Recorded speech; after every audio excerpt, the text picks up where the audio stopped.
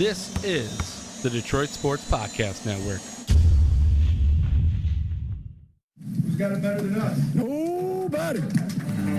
You got a date with justice.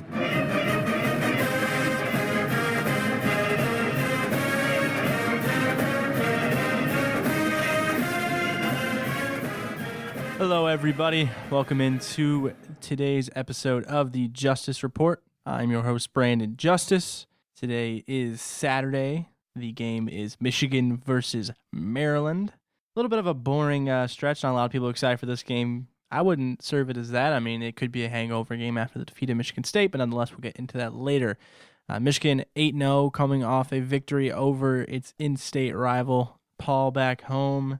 You know, the talk of if Michigan State could play that one great game, which I think they did play pretty good. I think probably their best performance since the first half of Notre Dame, but obviously not enough to defeat Michigan. Michigan was on 8-0, 5-0 in the conference. Maryland, who started the season pretty hot at 4-0, now down to 5-3, 2-3 in the Big Ten with victories over Michigan State, and they've obviously lost to Indiana last week, and they went down 42-36, I believe was the final score with that one.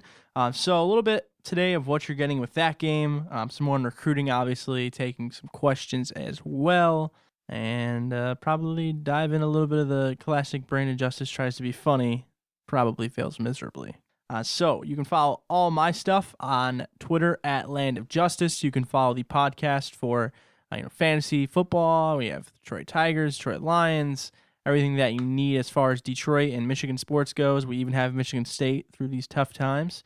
So you can follow the podcast at Detroit Podcast. That's on iTunes, Podomatic, anywhere, any platform you can find a podcast.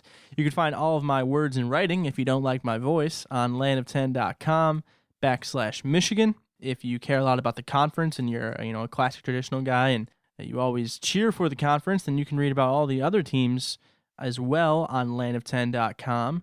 We've got Nebraska, Michigan, Michigan State, Ohio State, Iowa, and Penn State closely covered, as well as Wisconsin. And you can download our app too. So that pretty much does it for today's introduction. Now we can delve into things. First off, thanks for tuning in. Appreciate it.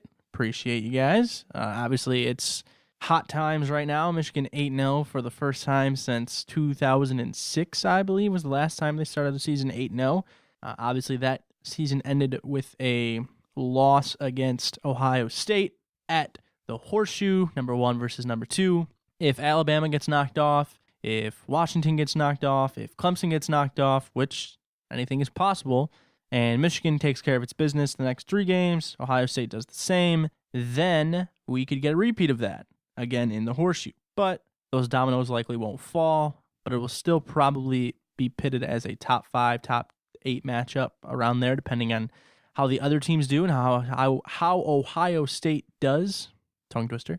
Yeah, I mean, it's an exciting season. There's no doubt about it. I mean, the viewership, the readership, everything that fans are, they're at an all-time high right now since I've started doing this, since I followed along. The famous trend has always been halfway through the season, everyone kind of starts to fall off, because Michigan often has done the same through this stretch of mediocrity. But obviously this season it is the country's, and arguably the country's best team.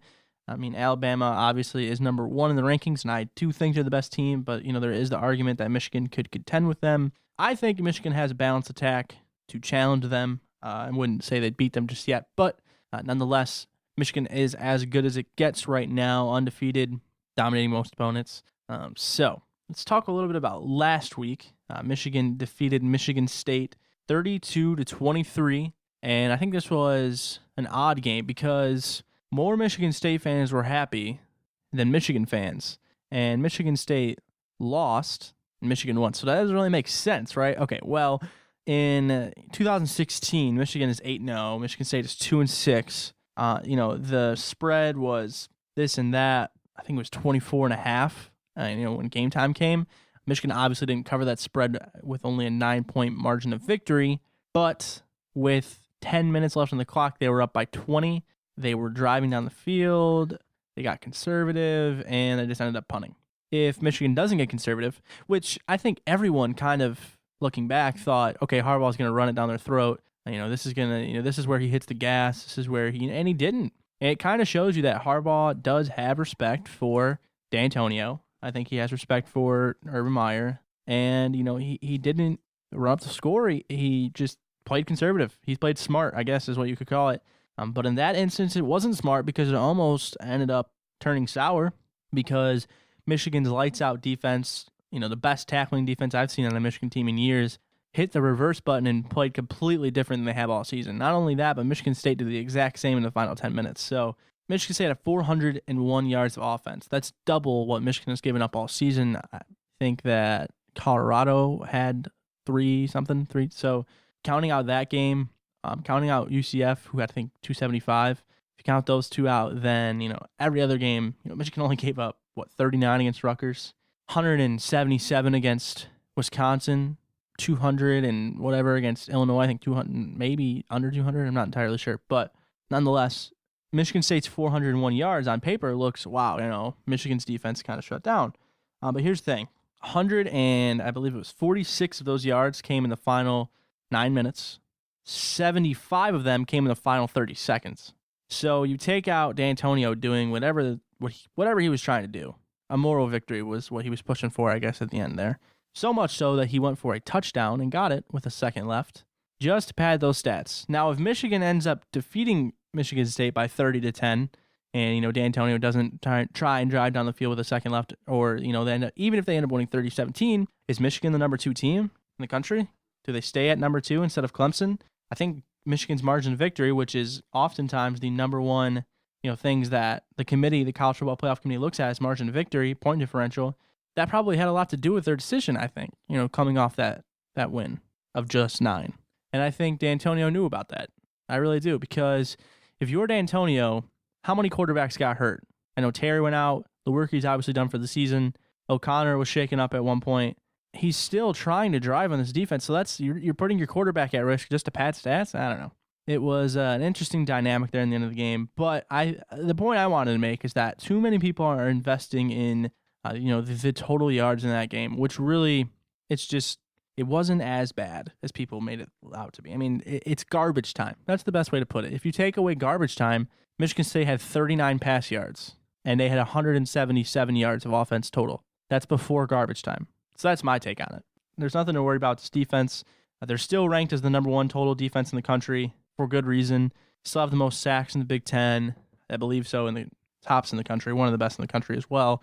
So, there's just too much nonsense being put in my Twitter mentions, as they say, about how Michigan fans are worried about the defense going forward. There's just no need for that. Because, yes, Michigan State had a great first drive. I believe they went 77 yards in their first drive. So 77 yards on one drive, 75 on the last 30 seconds, and then the other drive before. So, they had 3 drives that accounted for, I think, 81% of their yardage. And in this defense that Don Brown runs, this risk-reward, things like that are going to happen. They're going to have, the big plays and whatnot. I mean, Michigan has to buckle up in garbage time because, eventually that could hurt them. Playing a team against Ohio, if you're up by 17 against Ohio State with 10 minutes left, don't get conservative. Get first downs. End the game. And that's what Michigan didn't do on Saturday. They got conservative. They ran it up the middle a couple of times. Then I think they ran a screen. Then they punted it. Then did it again. And they did it again. They punted 3 times in the fourth quarter without punting at all the entire game. And they punted 3 straight times. If you're up 17 against Ohio State and you're punting 3 times and you're on the road, they're probably going to score with more ease than Michigan State did. So you have to take that going forward and put into, perspective. Michigan State is terrible. Absolutely awful. Iowa's better. Maryland beat them, so I guess you could say they're better. Indiana's better. They beat them. And Ohio State plays them soon, and they're definitely better. So, yeah, I mean, Michigan can't shut down in those final few minutes there just because it's garbage time. And I know there's a lot of emotion in that game. It's the rivalry, Paul Bunyan Trophy, 7 of the last 8. At that point in time, they're probably just all fired up because they're finally bringing Paul back home, and they're just pumped for that. The game was over, but you got to buckle down, and I think that this is a team that never underprepares, never overlooks an opponent. They say it every week. They treat every game like a championship game. They're known for how prepared they are, but they weren't prepared in those final 10 minutes. And they're lucky that it came then. Again, I'm not investing too much in the defense's performance as a whole. I'm just saying the team as a whole in those final 10 minutes cannot do that again against a good team. That's the point I'm getting at. Am I worried about how the defense is going to perform? No, I think they're going to shut down Maryland, which I'll get to soon. The point I'm making is that in those final 10 minutes, that can't happen again. You got to buckle down, and you got to play how you've played all game. As far as my players of the game go, I said it before. I said it on last week's show before the game. I thought Spate was going to have a big day. I thought that he was going to, play his best game. Now, he didn't get a touchdown, which is fine. That's going to happen. When Jabril goes in there every single time they're inside the 10 to guarantee a touchdown, sure, why not? Why wouldn't they? Jabril is a guaranteed touchdown when he has the ball in his hand inside the 10. So why would you not give the ball to him? So Spate gets that interception and doesn't get a touchdown. So his stat line is 0 to 1. That's the ratio. And it doesn't look good. But if you look at his yardage, I mean, he had another big... I think he showcased some of the best throws he's had all season this game. I mean, he played as good as you can get as a quarterback. He just didn't have the numbers. And I don't think that's a question. I mean, I'm probably just preaching to the choir right now. But I just wanted to point out that anybody who had any doubt in Spate early on in the season, now you're kind of being pretty much shut down for that theory. Because Spate is playing like a championship quarterback. I mean, he's not going to win a Heisman. He's not going to win quarterback of the year or anything like that. You don't need him to. What I'm alluding to is that Alabama, their national championship teams, who do they have that was some kind of world beater, quarterback, Heisman, trophy award winner? Maybe one guy was in a race or something like that, but who was there was no lights out guy. A stat patter at 450 yards a game, 400 yards a game, 300 yards a game, 10 touchdowns to 0 interceptions to start. There was nothing like that. A lot of those guys played like Spate. They made the throws they needed to because they didn't have to do too much because they were surrounded by greatness. They were surrounded by guys like Amari Cooper, who plays a lot like Amari Darbo. They had running backs in the backfield like Derrick Henry and Mark Ingram, which I don't think Michigan has one of those, but they have a running back by committee, and I think Karan Higdon is playing really great ball right now. But the number one thing that you can compare the two to is that the offensive lines from Alabama's national championship teams are what carried them because of how good they were. Hence why some Alabama running backs aren't that great in the NFL because they're not behind such a good offensive line. Michigan has a good enough offensive line right now. I think they allow the second least amount of sacks in the Big Ten, and their run blocking has been particularly good too thus far. Yeah, I mean, I think this team is what I'm getting at. I think Spate can win a title. I think he's poised to. I think he's finally shown how he can. He's made the big boy throws. He got drilled twice last week while throwing the ball and hit it right in his chest, right in the receiver's chest. How many times did he avoid a sack? 3 times, I think. He had that one crazy one where he did like a 360 around the guy and then threw it away. Another one where he actually completed the pass. Then how about that throw to Darbo between 2 defenders down to the 5-yard line? And then there was also the throw to Jake Butt. He's got incredible touch. He has one of the best deep balls I've seen in a long time from a Michigan quarterback because we really haven't seen that a lot. Devin Gardner could throw the ball a mile. Denard Robinson couldn't do much. I mean, we all know what his role was. And yeah, Shane Morris probably has a great deep ball, but he just is a lead blocker now and just throws out tosses. So, in my perspective, from what I've seen, I really think Spate has been the most improved player over the season who's gotten better and better each week. Probably him. And I really do think that he is good enough to win a title. Is Michigan good enough to win a title? Yeah, I think they are. I mean, there's no doubt that they haven't fluked any wins. They just got to beat Ohio State and win the Big Ten title, and you are in the title game. Well, the semifinal game. I forgot about that. Look at the top 4. Michigan, well, in order, Alabama, Clemson, Michigan, A&M, which is ridiculous, by the way, while we're here. Total SEC privilege. I think Wisconsin would beat A&M. That's my boldness of the day.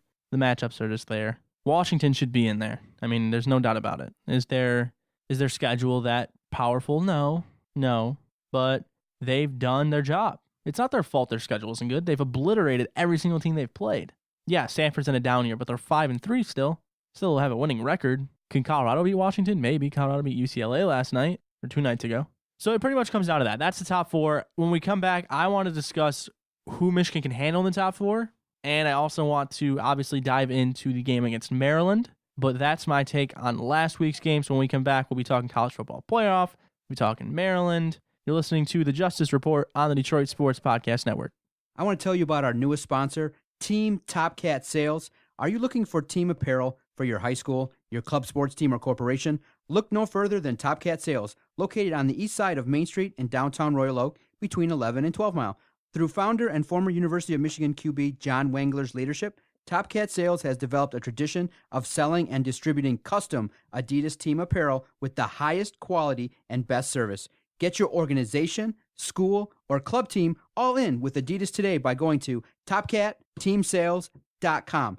That's topcatteamsales.com. Also, follow Top Cat on Twitter at Team Top Cat. We can't be no number one, but we can be the jam. Cause what these niggas own was not my favorite song. Not no number one, cause they gon' do you wrong, and they gon' play you out. Alright. All right, welcome back to the Justice Report on the Detroit Sports Podcast Network. That was Nelly by Isaiah Rashad. Fantastic song, fantastic artist. Thank you guys for staying tuned in over the break. Want to dive into the college football playoff. Want to dive into Maryland, obviously. We just spoke about Michigan State and how that game went. Still think Michigan's defense is the best in the country. Still think it's its best unit. Still think it's the difference of why this team can win against Ohio State and the title game as well, the Big Ten title game I'm referring to. But let's talk about the college football playoff momentarily, because I don't want to dive too much because we're far away.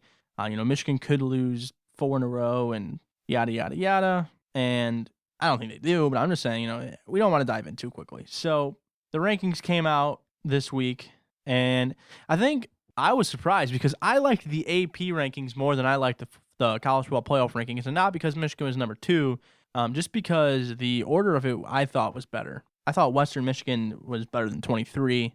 I know they're a MAC team, whatever. Still think they're better than 23. They've done their job. They haven't really had a close game with any of those non-conference games besides Northwestern, who all of a sudden looks pretty good. And they blew out Illinois, who they should have blown out, and it looks good there too. So it is what it is with the rankings. I mean, they are what they are. And the best thing you can keep in your mind when you're sitting there and you're upset about Michigan being number 3 instead of number 2 is this. Hey, keep winning and you're fine. If you don't lose, you won't get kept out. I think the number one thing about it, though, is that if you're number 2 and number 3, you're avoiding Alabama, so who cares? As long as you can get Alabama in that second game, you have a chance of winning. Because Alabama's going to pull out all the stops in the semifinals, which means good film. And they'll likely see their weaknesses exploited. I mean, they didn't last season when they beat Michigan State 38-0, but assuming that doesn't happen again, you probably want them in the second game rather than the first one. But then again, Jim Harbaugh is Jim Harbaugh, and he'll probably take them anytime, any day, any place. That's kind of his mentality. But if you're thinking logically, being number 2 and number 3 is probably best because of the fact you get to avoid Alabama. So looking at the rankings, going from some notable ones here, the top 4 is obviously Alabama, Clemson, Michigan, Texas A&M. Rounding out the top 10 is Washington at 5, Ohio State 6, Louisville 7, Wisconsin 8, Auburn 9, Nebraska 10. Florida all of a sudden number 11. Biggest surprise, Penn State at 12. Unbelievably high ranking. I mean, they beat Ohio State. That's probably why they're there. 2 losses are to Michigan and Pitt. Pitt not ranked. Michigan obviously as high as it gets, but Michigan obliterated them 49-10. But obviously that win over Ohio State is that's their big one. That's why they're there. They are the 3rd highest ranked 2-loss team. Wisconsin at 8, Auburn at 9 as 2-loss teams, and then obviously Penn State. And then you have LSU all of a sudden with Coach O at 13, Oklahoma back in at 14, Colorado now 6-2. Actually, I think they're now 7-2 with the victory that they had, so they'll be rising in the polls. Lowest ranked 1-loss team is Boise State, but lowest ranked Power 5 1-loss team is West Virginia at 20. Baylor's still in there at 17, even though they lost to Texas. Still a 1-loss team, though. So I just want to talk about who I think is where, why they're there, who should be where, yada, yada, yada.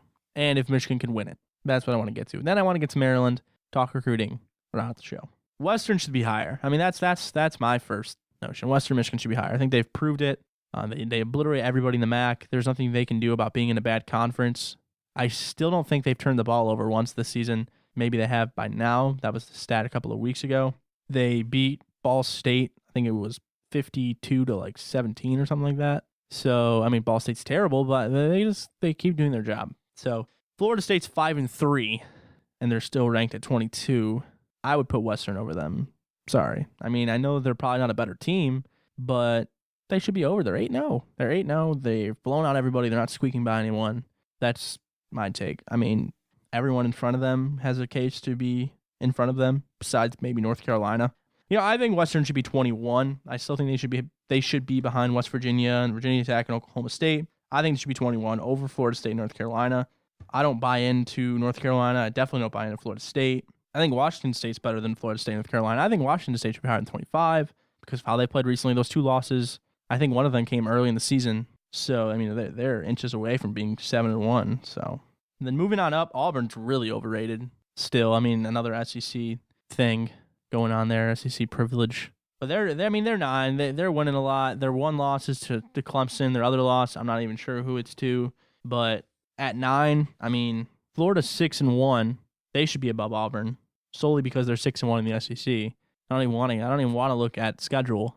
They're 6-1 in the SEC. They should be higher than a 6-2. I mean, unless they lost to Auburn, which I have not been paying attention to, admittedly. There's just a lot of weird fluctuation of rankings in here that just really confuse me. Yeah, so they haven't even played Auburn. They lost to Tennessee. That's pretty bad. Speaking of Tennessee, talk about a dumpster fire. I think they were, top 10 like 3 weeks ago? Now Jalen Hurd, their best player, is transferring, and just realizing that a certain radio personality said that they'd rather have Butch Jones than Jim Harbaugh. What a terrible statement. Hopefully they can second guess that. Anyways, let's move on to the top 10. How I would order it. Florida would be at 10 for me. Nebraska would be at 9. Wisconsin would be at 8 still. Louisville still at 7, yeah. No, I would put Ohio State at 7. No, actually, Louisville struggled with Virginia. So, yeah, Louisville at 7, Ohio State at 6. Then I would put, actually, you know what? I would probably put A&M at 7. Louisville at 7, A&M at 6, Ohio State at 5, Washington at 4, Clemson at 3, Michigan at 2, Alabama at 1. Why would I put Michigan above Clemson? Because they simply have more ranked wins, and of their ranked wins, 2 of them are blowouts. There's really no other way to put it. Clemson squeaked by Louisville, and I think their other ranked win was another squeak. They squeaked by Auburn, and they squeaked by Louisville. Michigan blew out number 12, Penn State, by 39. They beat number 15, soon to be probably number 13 or 14 because they won this week at UCLA. Colorado, they beat them by 17, and they beat number 8 by 7. Granted, all at home, but nonetheless, convincing wins. And they outgained Wisconsin by, I think, like 200 yards. That's why they're number 2. And that's not even, you can pull out all the homer junk you want. That's just honest. I mean, the numbers are there. The stats are there. That's my notion there. As far as Michigan contending in the college football playoff, though, I'm getting more and more confident as the games go on because early on in the season, it was kind of like, wow, this team's going to be great. I really think they're going to be good. That's when they were like number 8. They beat the hell out of Hawaii. They beat UCF. They beat Colorado, even though they bounced back. Looked a little vulnerable against Colorado, and then they just they got Jordan Lewis back, and everything just transitioned. The wheel turned, and things just got ridiculous on defense. They looked vulnerable last week in those final, like I said, garbage time minutes. So I'm not going to invest in that. Yeah, I do think Michigan can. I don't know if they will. I don't want to make any kind of notion like that until we get there. But yeah, I think Michigan has a team that can win a title because of how balanced they are and how balanced they've been. Everyone kind of said early in the season, okay, the defense is great, but the offense is, they're far behind. And I remember Kirk Herbstreit tweeted out, Michigan's offense is light years behind Louisville's. Not the case anymore. Louisville's been shut down by Duke. They've been shut down by Virginia. One of those games at home. Michigan's scoring offense, I think it's top 3 in the country as far as points go. They were number 3, and they put up 32, so I'm assuming they're still there, the top 3. Either way, they have a top 5 scoring offense. They have the number 1 total defense. That's as balanced as it gets. Early on in the season, the conversation, especially after that Wisconsin game, was how does it feel that you have an offense that, even if they can't execute and score touchdowns inside the 40, the defense goes out and stops them. So, you can win games by only scoring 14 points. Not the case anymore. 32 on Michigan State, 49 on Penn State, 78 on Rutgers, obviously. Illinois, I think they had 41. So now Michigan, they're consistently putting up a lot of points against teams they should put up a lot of points on. They have a really balanced attack, and they face a really good defense in Wisconsin where they still put up 400 yards, I think. around there. It was nearly 400, if not over, against Wisconsin. And yeah, they only put up 14, but I think since that game, which I think that was the second Big Ten game of the season, that was the 5th game of the year. Since that game, they have improved so much on offense. Wilton Speight is far and above where he was then. I think that was his worst game. The game against Colorado was really bad. So that was probably one of his worst games. So I think those were the two where he struggled most. And I feel like they're much more evolved. The offense is now starting to open its playbook a little bit more. Jabril is out there a lot more than he was before. And I think against Ohio State, you're going to see Jabril probably get 15 touches on offense, if not more. I do think this is the team capable of winning a title. Can they beat Alabama? Can they beat Ohio State? Yet to be seen. Don't want to make any early predictions because they got to get by Maryland, which is who we're going to talk about now. So we are entering week 9, which is awful. It is going by way too fast. Best time of the year. Basketball game going on now. Basketball season starts up next Friday. First game against Howard for Michigan. Crazy how everything has flown by. Because I remember during the offseason, everyone was, so pumped up. There was hype videos every day.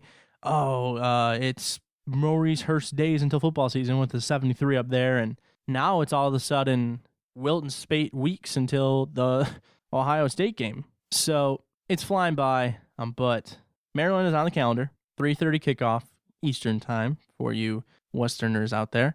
And I think Michigan's going to win big. I think it's going to be close for the first half. I really do. Because I think DJ Durkin, obviously Michigan's former defensive coordinator last season, only was there for a season, but nonetheless comes in. I think he can figure out Michigan's offense early on, but I don't think he can figure out Michigan's defense. It's a totally different situation. It's a totally different scheme. He knows the guys. He knows their weaknesses, yes, but he doesn't know how much Don Brown has maximized their talent, which I think Durkin was a great defense coordinator. That's why he's a head coach at a Power 5 school now. But he couldn't stop a spread, which Michigan, I think, still struggles with a little bit, but he couldn't stop the spread. He got pounced over against Indiana, yardage-wise, Ohio State, obviously. So, yeah, I think Michigan wins big. They pull away in the second half. But I think at halftime, it's probably a 7-10-point game. I really do. I really think this one's close early on. I think Michigan pulls away. But looking at the numbers here, and this is the biggest stat that I can look at here. It's that Michigan has the most sacks in the Big Ten, and Maryland allows the most sacks in the Big Ten. So Michigan has 27 sacks total, and Maryland has given up 24. Michigan can literally, and if you watch Parks and Recreation, then that was a reference to Rob Lowe's character, but Michigan can literally get 10 sacks on Saturday. Because the matchups, Maryland has the best rushing offense in the Big Ten, I think, right now, 1 or 2. But their pass pro is just awful. It's an unbelievable difference, a marginal difference between the two. What Michigan has to do is stuff the run, which besides against Michigan State, they've done all season, which I think LJ Scott is a really good running back. Had his best game, obviously, against Michigan. But I think if Michigan can stuff the run, which I think they do, I still am not convinced Michigan shut down Saquon Barkley and Corey Clement. They shut down both of them under 100 yards. I think Saquon Barkley had 60-something. All of a sudden now he's a Heisman candidate. Corey Clement had nearly 200 yards rushing against Ohio State. I think Saquon Barkley had the same. So one good game for LJ Scott for Michigan State against Michigan isn't going to convince me otherwise because they've shut down 2 running backs that are, one of them Heisman contender now with Saquon Barkley probably in the top 10. So yeah, I think Michigan, if they can shut down the run and force Maryland to pass, they'll probably get a lot of sacks. And that's when I think they'll win. That's when I think they'll pull away. I think that'll be tough early on. I think Maryland will probably run for a little bit on them. That's why I think it'll be close to half. I think it'll be 17-10 at half, Michigan leading. And who's going to have a big day? And I always discuss it. Who's going to have the big day? Defensively, I think it's probably going to be Taco Charlton. First and foremost, an absurd amount of holds in that final quarter against Taco Charlton. There were screenshots of Twitter of 12 different ones, 12 different plays, only in the final quarter, especially in that last drive. They were just letting him play because the game was over, but Taco Charlton was on the ground with a guy on top of him, a Michigan State tackle on top of him, and Lewerke just took off and ran for that 30-yard run, or whoever it was at that point. I think it was O'Connor. But the holds are ridiculous. So assuming he doesn't get held, or assuming it's called when he gets held, Taco Charlton probably has a big day. The defense as a whole probably has a big day. I'm assuming there will be a couple of picks. Why not Jabril? Why not get his first pick? Everyone kind of brings that up, but he's not a cornerback. He's a linebacker. That's what he lines up at. Sometimes nickel, but I'm not investing in interceptions when he's at linebacker. I think he's only been targeted in man coverage a couple of times this season. But nonetheless, he almost had one last week and ended up getting a penalty anyway, so it wouldn't have counted. But nonetheless, if he can get it, that'll definitely boost his Heisman campaign, which, by the way, I think is legit. I think he's number 2. Lamar Jackson loses again, which I don't think he will. But if he does, then all of a sudden Jabril could lead the way. Yeah, but the difference in this game is definitely going to be just how good Michigan's defensive line is compared to Maryland's O-line as far as pass protection goes. So if they force Maryland to drop back and pass, which they will, they won't be able to. So what happened last week when Michigan finally started to stop the run, they were forcing O'Connor. They were forcing O'Connor to pass, and he can't, and he couldn't the entire game. And that's when the game started becoming a blowout. Probably the same situation here. But I still think it's close at half. I still think Maryland's not that bad. I think DJ Durkin's doing a great job, and in a couple of years, they'll probably be one of those teams that's senior loaded and have some really good players. But I don't think that's this year. I don't think that's going to challenge Michigan. The homecoming for Durkin is great. First off, Durkin was a great guy at Michigan. Fantastic to interview and talk to. Very open to the media. Awesome dude, by all accounts. Young as well. Deserving of the head coaching spot. But I don't think he can be Harbaugh just yet. Obviously, a disciple of Jim Harbaugh and Urban Meyer. But I don't think his time is here to win the big one, make the big upset. So I want to have probably 3 keys to the game, player of the game, make a prediction, then talk recruiting. So when we get back, I want to discuss that. I want to do the 3 keys to the game, predict the game, talk recruiting, and round out the show and take you guys into game day. You are listening to the Justice Report on the Detroit Sports Podcast Network. Doc and Jock here for Fanatic U. If you're looking for some sweet sports swag and you love your Detroit teams, and I mean you really love your Detroit teams, you got to check out fanaticu.com and get the coolest gear out there and rock your Red Wings shirt, rock your Lions shirt, rock your Piston apparel. Wear it till the wheels fall off. Michigan State, you know what? They got it too. Check out Fanatic U. They have 6 locations all over Metro Detroit. Check them out, fanaticu.com.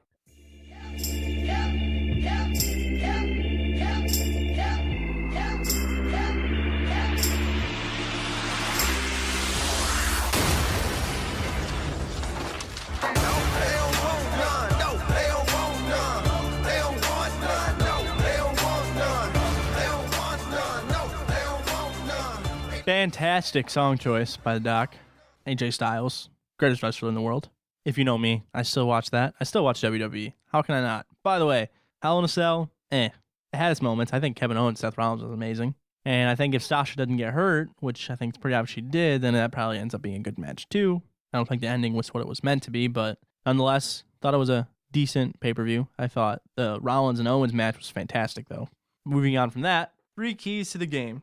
3 keys to the game. Cue the key sound. So I already pointed out Michigan's defensive line. That's their key to winning, is just penetrating that offensive line, forcing them to pass, and then inevitably picking the ball off a couple of times, because Maryland can run the hell out of the ball, but they can't pass to save their lives because they allow the most sacks and they're facing the team that gets the most sacks. Another key to the game, running the ball. Let Karan Higdon do his thing. Let Chris Evans do his thing. This is a defense that they can torch. Davion Smith, I think he's a great leader. I think this is definitely a team that he's a leader on, and he shows great leadership, but I don't think he has a big day against Maryland. I think this is a defense that Karan Higdon and Chris Evans can, really beat up on, and we'll see if that happens. But I do think that's their path to victory as far as running the ball goes. And then Wilton Speight just has to continue to do what he's been doing. So there's your 3 keys to the game. Defensive line, penetrating the offensive line, letting Karan Higdon get the majority of the carries, and Wilton Speight just continuing to be how good he's been over the past couple of weeks. If it's Maryland has to just run the ball, because that's been their key to victory in every game that they've won. They need to run the ball outside because that's where Michigan struggles, and they need to run a lot of read option as well, another spot where Michigan struggles. So read option, running the ball down their throats, and then defensively, they just have to get pressure on Speight. I don't think Speight has really faulted under pressure this season, but if they can get past the offensive line on the left side without Grant Newsom, the starting left tackle, I mean, it's tough to say that Maryland's going to be able to do that, because I think it's just overmatched right now. Michigan's offense is really playing at its best The receivers, especially Amara Darbo, are playing unbelievable. The offensive line has been great. And Wilton Spate hasn't fallen under pressure. When someone blitzes him, he gets away from it. But nonetheless, early on in the season, Spate has forced throws he didn't need to. So if they can do that, if they can force him to make throws like that, maybe then that's their answer. But offensively, if Maryland can run the ball outside and run that read option effectively, that could be huge for them. That's how they win the game, is running that read option effectively. As far as my prediction goes, for player of the game, I do think it's Karan Higdon. I just think he has a big day. That's on offense. Defensively, Taco Charlton. And my prediction for the game, cue the drum roll. Maybe you can hear that, maybe not. But prediction for the game, Michigan 38, Maryland 17. Yes, Maryland gets 17 points because they run a spread offense, and that's meant to score. And Michigan runs a defense that's going to allow a couple of big plays, and they will get those, but they'll shut them down the rest of the game. Maryland probably finishes with about 275, 300 yards. About, I would say, 180 of them are, I would say like 200 of them are rushing probably just because of how much they probably will run. Michigan probably gets 420, 430 yards offensively. They've just been consistently getting that number. But I like Michigan here, 38-17. As far as the next game, you can tune in next week. Detroit Sports Podcast. You can find it at Detroit Podcast on Twitter. Myself at Land of Justice. Be tweeting that out. And you can hear our predictions for the game against Iowa at Kinnick. Big one, night game. And, of course, if Michigan loses to Maryland, that'll be a very interesting podcast. But it's always interesting, even if they continue to blow out their opponents. So I assume you'll tune in. But talking recruiting, Michigan has some pretty good visitors today. Nico Collins, 4-star wide receiver. I'm not sure if Stanford Samuels will make the trip, but the 5-star cornerback, Florida State commit, said he was originally, then said that he's not sure if it's going to happen or not. If it does happen, that's huge. Stanford Samuels has 3 players that play for Michigan now that are his former teammates, with Devin Bush Jr., Josh Metellus, and Devin Gill. And then obviously his old high school coach is now a Michigan assistant in Devin Bush Sr. So he has 4 connections here, deep roots here. Florida kid, probably knows a few of the Florida kids that play here, like Josh Uche and Eddie McDoom. So the roots are here for Samuels. But his dad's Florida State legacy, and his dad coached at his high school, and he's already committed to Florida State, and I think he'll stick to Florida State regardless of his visit. Obviously, Devin Bush Jr. and Sr. both, Sr. was a Florida State cornerback, Jr. was a Florida State legacy, both migrated north and, went to Michigan, but I don't think history repeats itself here. In fact, I don't even think he's going to show up based off of what I've heard. But nonetheless, Michigan was close to getting him here, so that's good. But I think they're in good hands right now with Benjamin St. Just, the 4-star from Canada, committed.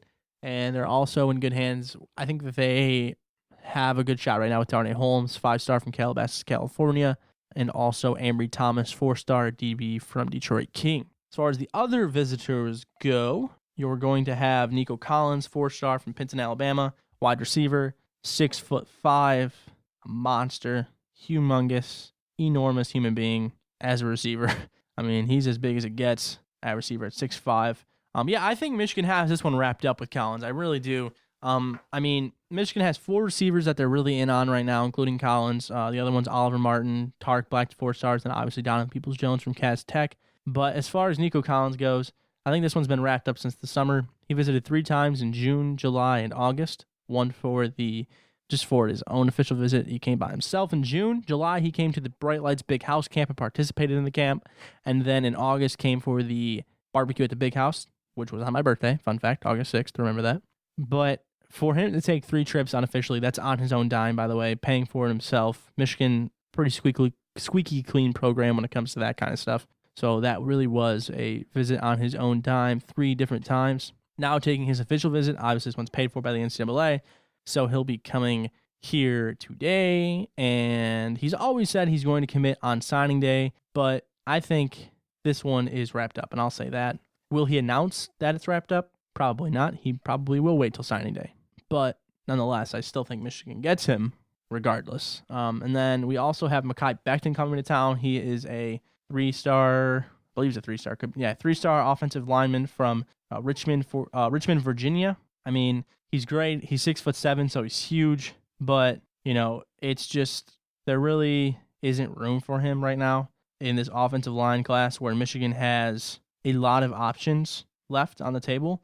They have the Great Wall they've been after, which is Chuck Filiaga and Cesar Ruiz, Alex Leatherwood, and Jedrick Wills. So all those guys they have a good stance with, and they have a good shot with getting them as well. I don't think they get Leatherwood for the record, but Michigan, I still think they're going to get Filiaga. I still think they're going to get Ruiz. They're in good stance right now with Wills, who they might pull off, which is an incredible player, Jedrick Wills. So there just isn't room right now for a guy like Becton. So, Becton probably going to go to Virginia, but he's a guy that they can keep in their back pocket. He definitely likes Michigan. He definitely probably would highly consider them if the option was there. But the fact of the matter is this. It's a meritocracy. If the kid says, hey, I want to play for you, you can't just say, yeah, let's do it. Michigan did that, and they got in trouble for it because they had to tell kids to go so they can make room for guys like Devin Asiasi, who was a late addition, who's obviously made an impact. He already has a touchdown as a freshman. So you have to take that into consideration. So, Michigan probably not going to get a commitment this weekend because the one that they probably would get it from isn't going to go public with it. And then they probably don't want the other one just yet, probably keep them in their back pocket. And that's just the nature of the beast of recruiting in modern-day college football. There are too many players right now that Michigan has a really good shot with that they would risk losing if they took a commitment from an offensive lineman. I mean, it's already a crowded bunch. I think they have 5 committed right now. And they are probably going to get, and I put this in my class projection, that Michigan would get the commits they have now. I assume that one will probably go. But assuming that they don't go, so take on the commitments now with an addition of Tadaro Slayton from American Heritage, teammate of Kalyan Herbert, currently committed. Chuck Filiaga from Texas, 4-star. And Cesar Ruiz from Bradenton, IMG Academy in Florida. And Isaiah Wilson in Brooklyn from Poly Prep, 4-star offensive lineman. So that's 4 additions. That puts them at 8. And they still might get Jedrick Wills, too. They're close. They're really close with Jedrick Wills. Battling Bama. Alex Leatherwood, a 5-star committed to Bama, battling Bama for him. If he gets on campus again, which he said he wanted to on Twitter, then maybe they could pull that off. Don't think they do in the end. And then the biggest one of them all, the biggest fish in the sea, Najee Harris, 5-star running back, who is expected to visit soon. Is it today? Is it next week? Is it the week after? He's only got 2 more options for a game. It's either today or it's in 2 weeks against Indiana. Or he can visit when there's not a game, which will probably be the situation. But as far as any surprise visitors, probably not. I mean, it's probably going to be who is listed already. And I still don't think Stanford Samuels shows up. Got a question on Twitter that asked me how many early enrollees do I expect. As far as the commits go, sounds like it's going to be Corey Malone Hatcher. He's definitely going to be an early enrollee. There's a few others. Jamarick Woods was expected to be one. I'm not sure if he's going to be able to follow through with it. Luigi Villain, the 4-star defensive end from Alexandria Episcopal, Virginia, is supposed to be one as well. Donovan Peoples-Jones is a uncommitted target, but I think he commits to Michigan and then enrolls early. Najee Harris is an option. I think he backed out of enrolling early now.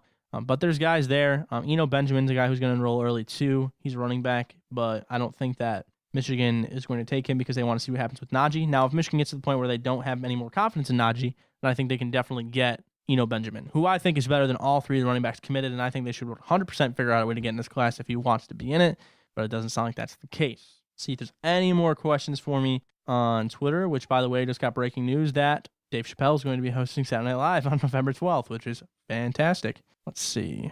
Oh, also, Jalen Kelly Powell, when I was looking at the question from Vinny Renda about early enrollees. Yeah, Jalen Kelly Powell, a guy who's uncommitted, but I think that one's about as wrapped up as it gets. If he doesn't choose Michigan, I will eat a hat. About where I'm at. I'll have to go back to my steak bet with Doc that we had last week on the Michigan State game. But yeah, Jalen Kelly Powell, another kid who's enrolling early as well. Other than that, I haven't heard much. It's hard to follow these early enrollees because it's complicated. You kind of have to wait until the grades come back from that first semester or trimester, whatever they do. And that's when they'll kind of know if they're going to be able to do it or not. They always plan to, but sometimes it simply just doesn't work out. And usually you know for sure at the end of November, early December, going into the kids' winter break. So, but that's the best names I can come up with, the best answer I can come up with. More than just a guess. It's a pretty educated guess. I mean, some of those are for sure, especially Malone Hatcher, Villain, Kelly Powell, Peoples-Jones. I'm just not for sure on Woods yet. Jamarick Woods, commit. He's checking out Arkansas too, so see what happens there. Because Arkansas has actually kind of put the gas on for him, but I still think he sticks in the class. He's been committed for a long time. I think he has a really good relationship with Kelly Powell as well, and I think that Kelly Powell is eventually going to end up in the class soon. So But if you guys have any more questions, tweet at the podcast, at Detroit Podcast, and we'll be sure to answer them next week. You can tweet me at Land of Justice. I'll answer them as well. All of your recruiting needs, all of your team needs, anything that you need there. Again, I do think Michigan beats Maryland 38-17. And now I want to go through and do my daily picks of my 5 games that I wouldn't say most confident in, but the 5 games that I think will be the best games of the weekend of Saturday, which, by the way, while we're on the topic of Saturday, Friday Night Football in the Big Ten is a sin. That is terrible. I'm so happy Michigan rejected it. That is for high school football, and you are ruining the showcase of high school players. It's terrible. Friday night, weekday games, Thursday, Tuesday, whatever it is, those are for the mid-majors who don't get a lot of attention. The group of 5 guys who want to be on national television and they can't be if they're on Saturdays. You're a Big Ten team. You are the best conference in football besides the SEC or along with the SEC and the ACC and the Pac-12. You don't need weekday games. Okay? Thank you. Maybe a Maryland Rutgers game can go on Friday night or Illinois Purdue, but not Michigan State or Michigan Penn State. That's just not needed. Nonetheless, getting back at what I was saying, best games of the weekend. There's a lot of good ones on tap. I want to start right off with Florida, ranked number 11 in the college football playoff rankings, 10th in the AP, face off against Arkansas. That's a great game. Brett Bielema on hand. I think he's a great coach. I think Arkansas was at one point in the season going to be very good. Obviously, a couple of losses. It's tough for them being in the SEC with its brutal schedule, but this game is at Arkansas. It's in Fayetteville. Close game. I think Arkansas wins. I think Arkansas beats Florida. I'm going to go with a score of 24-21. Close game. Arkansas wins by field goal. So that's my upset pick of the week. Moving on from that one. Another great game in Florida State, North Carolina State. No, they're a fluke. How about Iowa Penn State? This one is in Beaver Stadium. I like Penn State to win. Still think it's going to be a good game. I like Penn State to win this one 38-31. 38-28. We'll go with that. Alabama, LSU. This one is going to be fantastic. This is going to be the best game of the week, in my opinion. LSU is hot right now. Coach O has them moving. Leonard Fournette is still the best running back in the country. Alabama is Alabama. Best team in the country. I mean, it's in Baton Rouge. This is Coach O's moment. If he wants to stay coach, if he wants to exit that interim, if he wants to be the head coach of this team going forward, cancel the coaching search, hire Coach O if he beats Alabama, but he can't. Alabama wins 35-24. 35-24. Close one. Alabama squeaks it out. We got 2 more. Nebraska, Ohio State. Fantastic. This one is in Columbus. Wow, thought it was in Nebraska. That surprised me. It's in Columbus, so I'm switching my pick because originally I thought Nebraska could win if it was in Nebraska, if it was in Lincoln, but Ohio State wins this one because JT Barrett gets back to normal. He gets back into the stride of things. He didn't get a touchdown last week against Northwestern at home. I like this one a lot for Ohio State. I like Tommy Armstrong, too, for Nebraska to have a few good plays. It's a close one. I like Ohio State 28-24. Another tight one. And then finally, to end off my prediction of picks, going to hit you guys with a surprising one. One that should be a blowout, but it won't be. Washington, Cal. Why? Because Washington is due to play bad. This game is interesting because Cal has played decent a few times this season. I mean, they're 4-4, but they have one of the toughest schedules in the country. It's in Berkeley. It's not at that crazy stadium in Washington, which has been nuts this season. It's in Berkeley. I like Washington to win, but I think it's going to be tight. I'm going to go with 45-38 because there is no defense in the Pac-12, and especially against Cal, who has a firepower offense. So still like Washington, but again, reviewing over those picks, Washington by 7, Ohio State by 3, Alabama by 10. I had an upset, but I can't find. Oh, yeah, Arkansas over Florida. And then I think that was it. Oh, and Penn State over Iowa. Those were my 5. So that's my 5 picks. And then Michigan over Maryland, 38-17. Takes care of business again. Heads into Kinnick, 9-0. First time since 2006. Time is ticking down. We have 10 final seconds. You can follow me at Land of Justice. You can follow the podcast at Detroit Podcast. Find all of my writing on land10.com/Michigan. This has been the Justice Report on the Detroit Sports Podcast Network. Enjoy game day. And you can't